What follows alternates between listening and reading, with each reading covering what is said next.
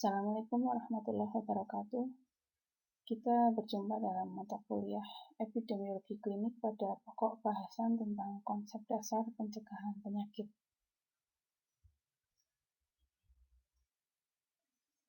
Sebenarnya apa itu tentang pencegahan penyakit? Jadi pencegahan penyakit merupakan upaya untuk mengarahkan sejumlah kegiatan dalam melindungi klien dari ancaman kesehatan. Ancaman kesehatan yang dimaksud di sini adalah penyakit. Atau dengan kata lain, pencegahan penyakit merupakan upaya mengekang perkembangan penyakit, memperlambat kemajuan penyakit, dan melindungi tubuh dari berlanjutnya pengaruh yang lebih membahayakan.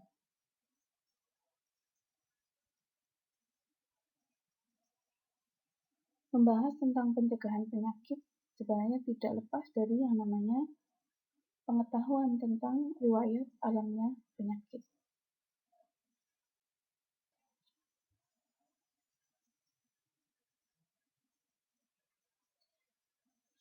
Jadi upaya pencegahan penyakit ini berkaitan dengan pengetahuan tentang riwayat alamiah penyakit.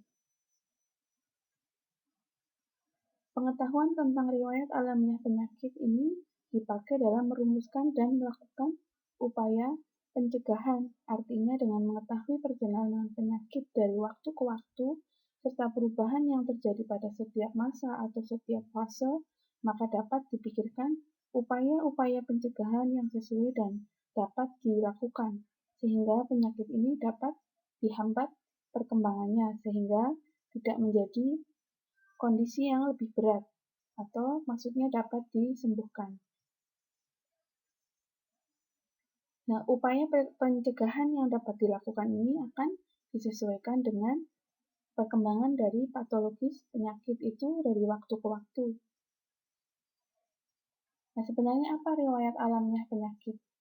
Riwayat alamiah penyakit ini merupakan deskripsi atau gambaran tentang perjalanan waktu dan perkembangan penyakit pada individu dimulai dari sejak terjadinya paparan dengan agen kausal atau agen yang menjadi faktor risiko penyakit hingga terjadinya akibat penyakit seperti kesembuhan atau kematian tanpa adanya interupsi oleh suatu intervensi preventif maupun terapeutik.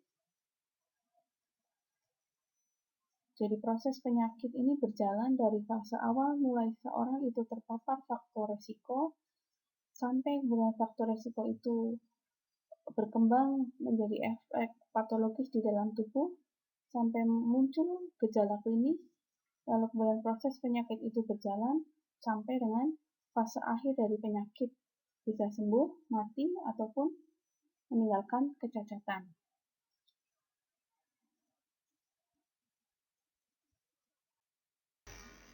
Riwayat alamiah penyakit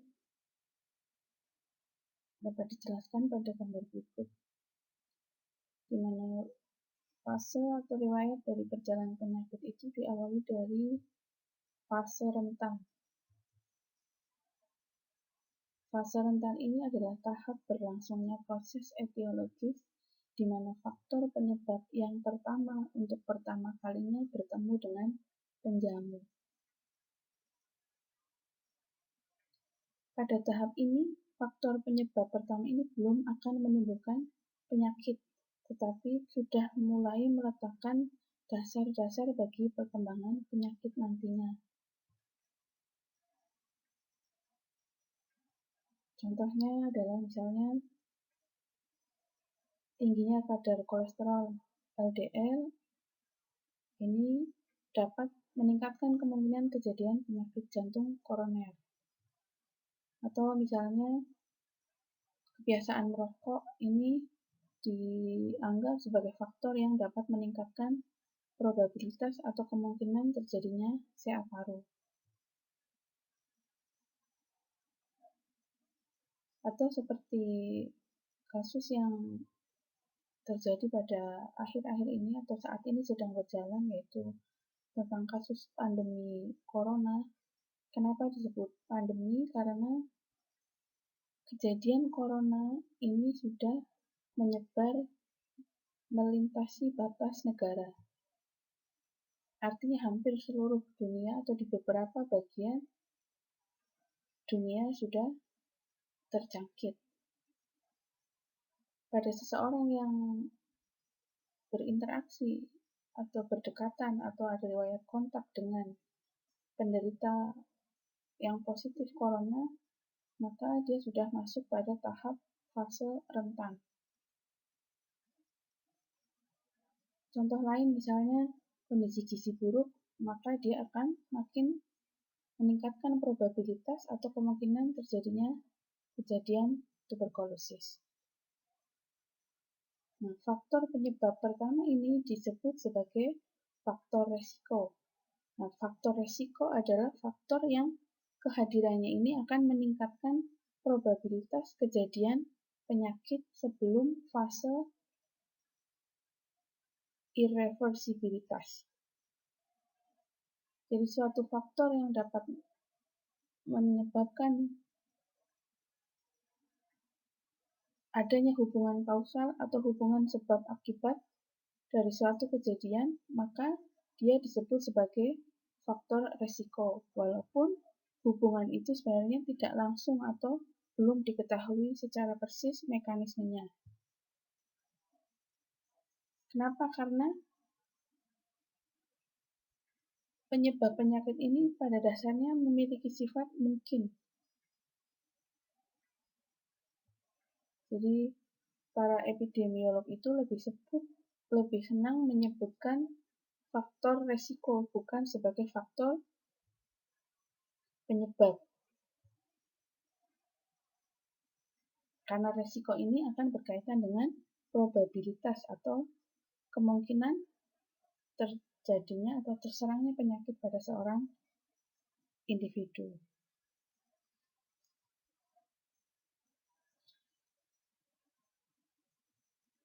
Lalu tahapan selanjutnya adalah fase subklinis. Fase subklinis ini disebut sebagai fase presimptomatik. Adalah suatu tahap berlangsungnya proses perubahan patologis yang diakhiri dengan suatu keadaan yang irreversibel. Artinya manifestasi penyakit itu sudah tidak dapat dihindari lagi terjadinya.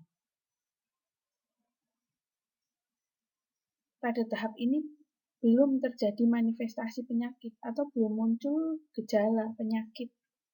Akan tetapi sudah terjadi perubahan patologis yang siap untuk dideteksi.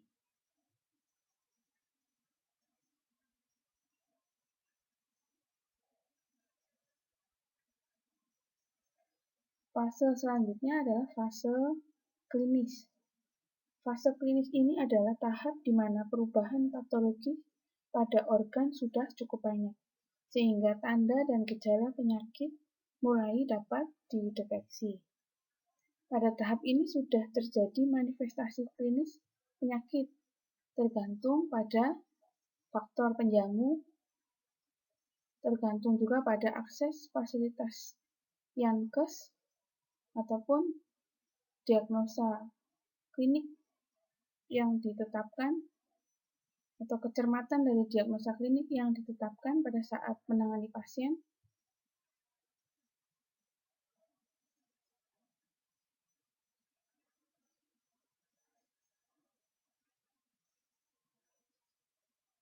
Pada tahap selanjutnya adalah fase penyembuhan.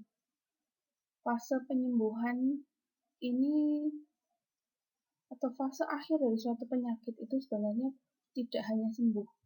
Atau secara epidemiologi yang disebut sembuh ini bisa jadi seseorang itu sembuh benar-benar bebas dari penyakit atau bisa menimbulkan atau meninggalkan kecacatan atau bahkan diakhiri dengan kematian. Jadi definisi sembuh dalam epidemiologi ini bisa sembuh tanpa penyakit, meninggalkan kecacatan atau bahkan kematian.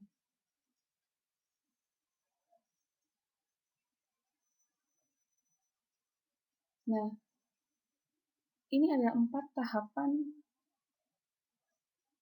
penyakit yang semestinya digunakan sebagai dasar dalam menetapkan pencegahan penyakit. Pencegahan penyakit ini ditentukan berdasarkan tahapan-tahapan pada riwayat alamiah penyakit. Pada gambar ini dapat terlihat bahwa pencegahan primer ini bisa bermula dari tahap awal seseorang itu mulai terpapar faktor risiko sampai dengan fase subklinis. Setelah fase subklinis masuk masa inkubasi, lalu kemudian menuju ke fase klinis, maka dibutuhkan ada pencegahan pada tingkat sekunder. Masuk ke fase klinis sampai ke fase penyembuhan, yang dibutuhkan adalah pencegahan tersier. Apa itu pencegahan primer, sekunder, dan tersier? Nanti akan dijelaskan pada slide selanjutnya.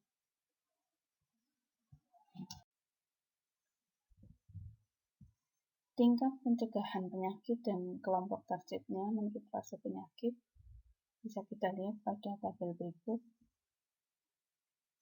bahwa untuk tingkat pencegahan primordial atau tingkat pencegahan dasar, dia targetnya adalah pada fase penyakit dalam kondisi normal kesehatan, artinya tidak ada masalah kesehatan atau tidak ada penyakit. Yang menjadi kelompok target adalah populasi total dan kelompok terpilih. Sedangkan tingkat pencegahan primer atau tingkat pencegahan yang pertama, dia merupakan tingkat pencegahan pada fase penyakit yang sudah terpapar faktor penyebab khusus atau sudah terpapar faktor risiko khusus. Kelompok targetnya adalah populasi total atau kelompok terpilih dan individu sehat. Jadi kelompok primordial itu adalah kelompok yang masih sehat agar tetap sehat. Kalau yang primary atau fase tingkat pencegahan primer ini adalah targetnya adalah bagaimana agar orang yang sehat tidak menjadi sakit. Lalu tingkat pencegahan sekunder atau secondary prevention, dia merupakan tingkat pencegahan pada fase penyakit patogenesitas awal. Jadi tingkat pencegahan sekunder ini pada sasarannya adalah pada individu sakit atau pada pasien. Tujuannya adalah untuk mencegah agar sakitnya tidak menjadi makin parah. Lalu tingkat pencegahan selanjutnya adalah tingkat pencegahan tersier atau tertiary prevention. Dia merupakan tingkat pencegahan pada fase penyakit pada tahap lanjut. Jadi sasarannya jelas adalah individu sakit. Tujuannya adalah agar bagaimana yang sakit itu tidak meninggalkan kecacatan atau tidak meninggalkan gejala sisa.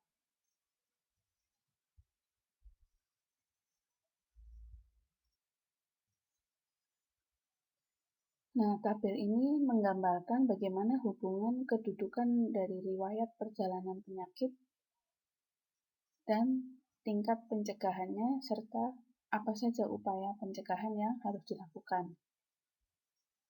Jadi riwayat penyakit secara umum ini ada dua, yaitu riwayat penyakit pada fase prepatogenesis dan fase patogenesis. Fase prepatogenesis ini adalah fase individu sebelum sakit atau fase sebelum sakit.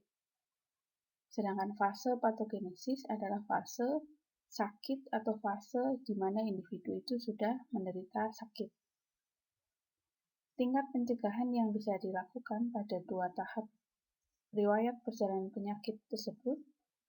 Untuk fase prepatogenesis, tingkat pencegahannya meliputi tingkat pencegahan primordial dan primary. Jadi, tingkat pencegahan primordial dan primary prevention ini adalah tingkat pencegahan yang dilakukan pada fase prepatogenesis atau fase sebelum sakit. Upayanya apa saja yang bisa dilakukan, yaitu underlying condition. Underlying condition ini maksudnya bagaimana menjaga perilaku-perilaku sehat pada individu agar meningkatkan kondisi kesehatan atau tidak melakukan perilaku-perilaku yang merugikan kesehatan. Sedangkan primary prevention, upaya yang dilakukan meliputi health promotion atau promosi kesehatan dan specific protection. Health promotion ini maksudnya bagaimana agar individu yang sehat itu tidak menjadi sakit. Contohnya dengan konsumsi makanan bergizi, lalu kemudian olahraga secara teratur, lalu tidak merokok. Sedangkan specific protection ini adalah perlindungan khusus. Contoh yang gampang adalah imunisasi. Imunisasi untuk mencegah munculnya penyakit-penyakit tertentu. Lalu fase patogenesis atau fase sakit, tingkat pencegahan yang dilakukan adalah secondary prevention dan tertiary prevention. Secondary prevention ini atau pencegahan tingkat sekunder, upaya yang dilakukan adalah early diagnosis and prompt treatment atau penegakan diagnosa secara dini dan pengobatan segera. Artinya menemukan penyakit-penyakit secara dini melalui upaya screening serta memberikan tindakan segera pada apabila dijumpai individu-individu sakit. Upaya pencegahan yang kedua pada secondary prevention ini adalah disability limitation atau mencegah kecacatan dilanjut. Tingkat pencegahan selanjutnya adalah tertiary prevention atau tingkat pencegahan pada tahap patogenesis. Ini adalah tahap akhir dari suatu penyakit. Upaya pencegahannya adalah rehabilitasi atau pemulihan.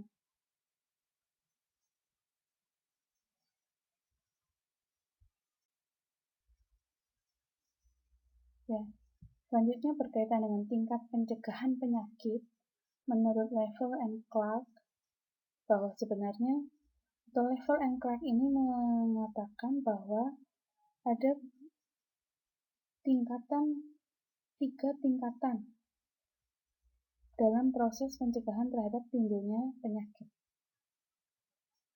Ya, ini dibagi menjadi dua tingkatan utama, yaitu tingkatan fase pre-patogenesis dan fase patogenesis. Fase pre-patogenesis atau fase sebelum sakit atau menurut Level and Clark ini adalah merupakan fase yang membutuhkan pencegahan pada level primer. Fase ini ditandai dengan adanya keseimbangan antara agen atau kuman penyebab penyakit dengan host atau penjamu atau dalam hal ini manusianya dan lingkungan. Ya, seperti diketahui bahwa konsep penyakit itu adalah merupakan atau secara epidemiologi kondisi sakit itu adalah kondisi yang ditunjukkan dengan adanya ketidakseimbangan antara host, agent, dan lingkungan. Nah, pada fase pre-patogenesis ini berarti masih individu tersebut masih sehat, di mana ditandai dengan adanya atau masih ada keseimbangan antara host sebagai penjamu atau dalam hal ini manusianya, lalu kemudian agent atau kuman penyakit atau penyebab penyakit, serta faktor lingkungan, yaitu tempat di mana penjamu tinggal. Lalu menurut Level and Clark, fase berikutnya adalah fase patogenesis atau fase sakit. Pada fase sakit ini, upaya pencegahan yang dilakukan adalah upaya pencegahan sekunder dan pencegahan tersier. Fase ini adalah fase yang dimulai dari kapan pertama kali seorang itu menderita sakit. Yang selanjutnya, pada tahap selanjutnya, kondisi sakit itu bisa menjadi sembuh atau mati.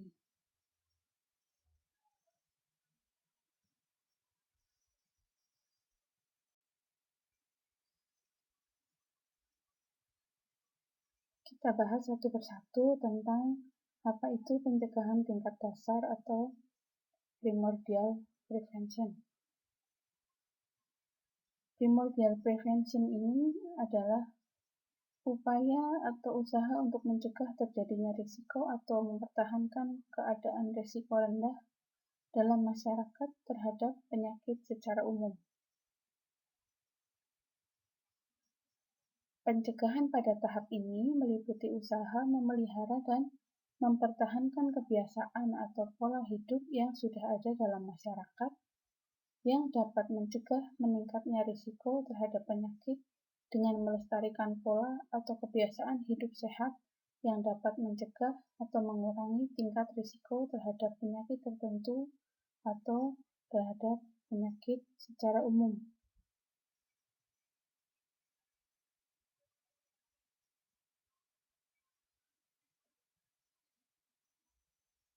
Selain itu, pencegahan tingkat dasar ini juga dapat dilakukan dengan usaha mencegah timbulnya kebiasaan baru di dalam masyarakat ataupun mencegah generasi yang sedang tumbuh untuk tidak melakukan kebiasaan hidup yang dapat menimbulkan risiko terhadap berbagai penyakit. Jadi pencegahan ini adalah pencegahan dalam upaya untuk menjaga status kesehatan masyarakat yang bersifat positif.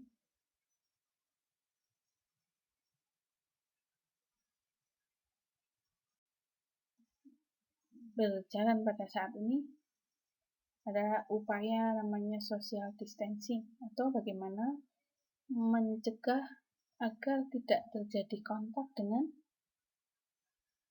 antara agen dengan penjamu. Selain social distancing juga dengan upaya menjaga kesehatan, cuci tangan sesering mungkin, dan menjaga kebersihan badan dan lingkungan secara umum.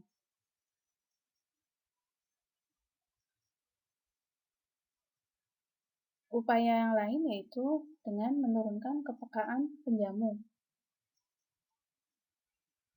Menurunkan kepekaan dari penjamu. Intervensi ini dilakukan sebelum perubahan patologis terjadi. Jadi jika suatu penyakit ini lolos dari pencegahan tahap dasar atau primordial prevention, maka langkah selanjutnya adalah dengan menggalakkan pencegahan tingkat pertama. Apabila pencegahan tingkat pertama ini berhasil, maka individu itu akan tetap sehat atau tidak menjadi sakit. Nah, sebaliknya, jika pencegahan tingkat pertama ini gagal, maka akan muncul wabah atau kejadian luar biasa.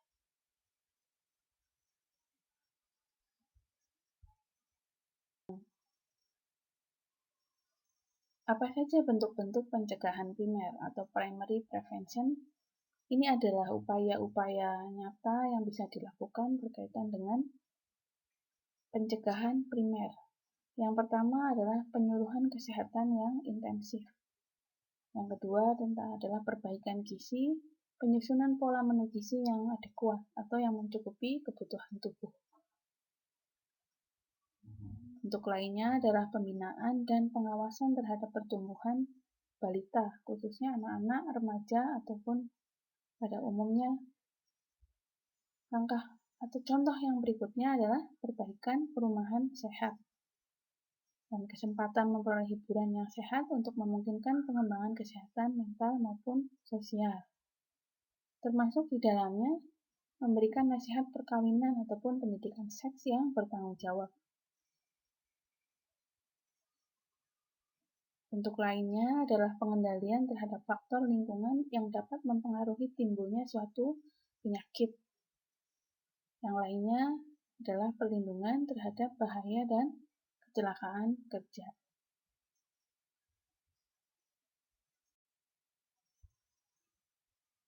Selanjutnya adalah pencegahan tingkat kedua atau secondary prevention. Pencegahan tingkat kedua ini sasaran utamanya adalah seseorang yang baru terkena penyakit atau yang terancam akan menderita penyakit tertentu melalui diagnosis dini untuk menemukan suatu status patogenik serta pemberian pengobatan yang cepat dan tepat. Jadi secondary prevention ini sasarannya adalah pasien atau orang yang sudah sakit. Tujuan utamanya adalah mencegah meluasnya penyakit. Seandainya ini adalah penyakit menular, maka dia akan mencegah meluasnya penyakit menular dan menghentikan proses penyakit ini lebih lanjut serta mencegah komplikasi hingga pembatasan kecacatan sebagai dampak dari penyakit yang diderita. Jadi secara garis besar, pencegahan tingkat kedua ini meliputi pengobatan early diagnosis dan pengobatan dini atau diagnosa secara dini serta pengobatan segera.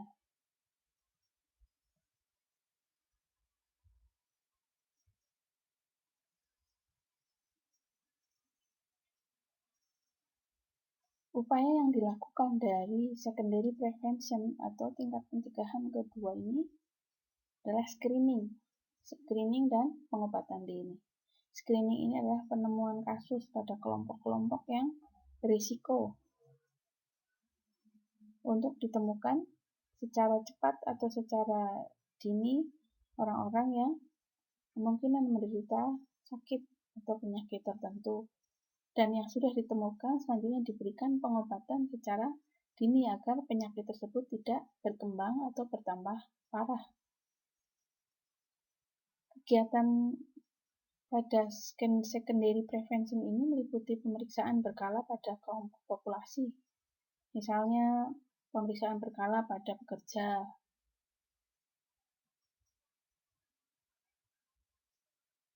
Lalu kegiatan yang lain meliputi screening atau pencarian penderita secara dini. Misalnya rapid test atau bagaimana secara cepat menemukan orang-orang yang diduga terpapar virus corona. Lalu surveillance epidemiologi. Surveillance epidemiologi ini merupakan upaya atau kegiatan yang terus-menerus dilakukan untuk memantau atau melihat penyakit itu secara terus-menerus. Siapa saja yang terkena, kapan terkena, pada kelompok-kelompok seperti apa yang terkena, faktor risiko apa yang dominan, gambaran tren kecenderungan penyakit tertentu yang dilakukan pemantauan secara terus-menerus. Tingkat pencegahan yang selanjutnya yaitu tingkat pencegahan ketiga, yaitu tertiary prevention. Pada tahap ini, sasaran utamanya adalah penderita penyakit tertentu dalam usaha untuk mencegah bertambah beratnya penyakit atau mencegah terjadinya kecacatan. Atau biasanya ini merupakan suatu program rehabilitasi atau pemulihan. Jadi tujuannya adalah mencegah proses penyakit lebih lanjut, seperti pengobatan, perawatan khusus penderita kencing manis, tekanan darah tinggi, gangguan saraf, ataupun yang lainnya, dan mencegah terjadinya kecacatan ataupun kematian karena penyebab tertentu, serta upaya-upaya rehabilitasi. Apa itu rehabilitasi? Rehabilitasi ini merupakan upaya atau usaha pengembalian fungsi fisik, psikologis, maupun sosial secara optimal. Seoptimal mungkin yang meliputi bisa berupa rehabilitasi fisik atau medis, bisa rehabilitasi mental pada penyandang gangguan mental, atau rehabilitasi sosial. Sehingga dari tahap rehabilitasi atau upaya-upaya rehabilitasi ini dapat memungkinkan setiap individu setelah sakit ini dapat menjadi anggota masyarakat yang produktif dan berdaya guna.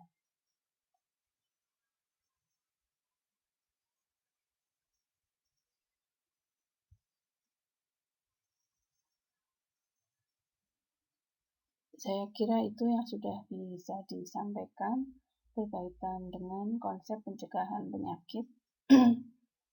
Barangkali teman-teman mahasiswa masih ada pertanyaan yang ingin diajukan terkait materi ini, teman-teman mahasiswa bisa masuk ke dalam forum yang sudah disiapkan pada pertemuan kali ini.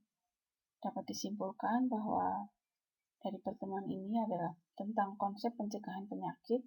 Sebelum memastikan atau menetapkan pencegahan penyakit, adalah penting untuk memahami riwayat alamiah perjalanan suatu penyakit. Karena riwayat alamiah atau perjalanan suatu penyakit ini adalah menjadi dasar dari jenis-jenis upaya pencegahan yang akan atau yang harus dilakukan. Saya kira itu saja pertemuan hari ini. Terima kasih, semoga bermanfaat. Assalamualaikum warahmatullahi wabarakatuh.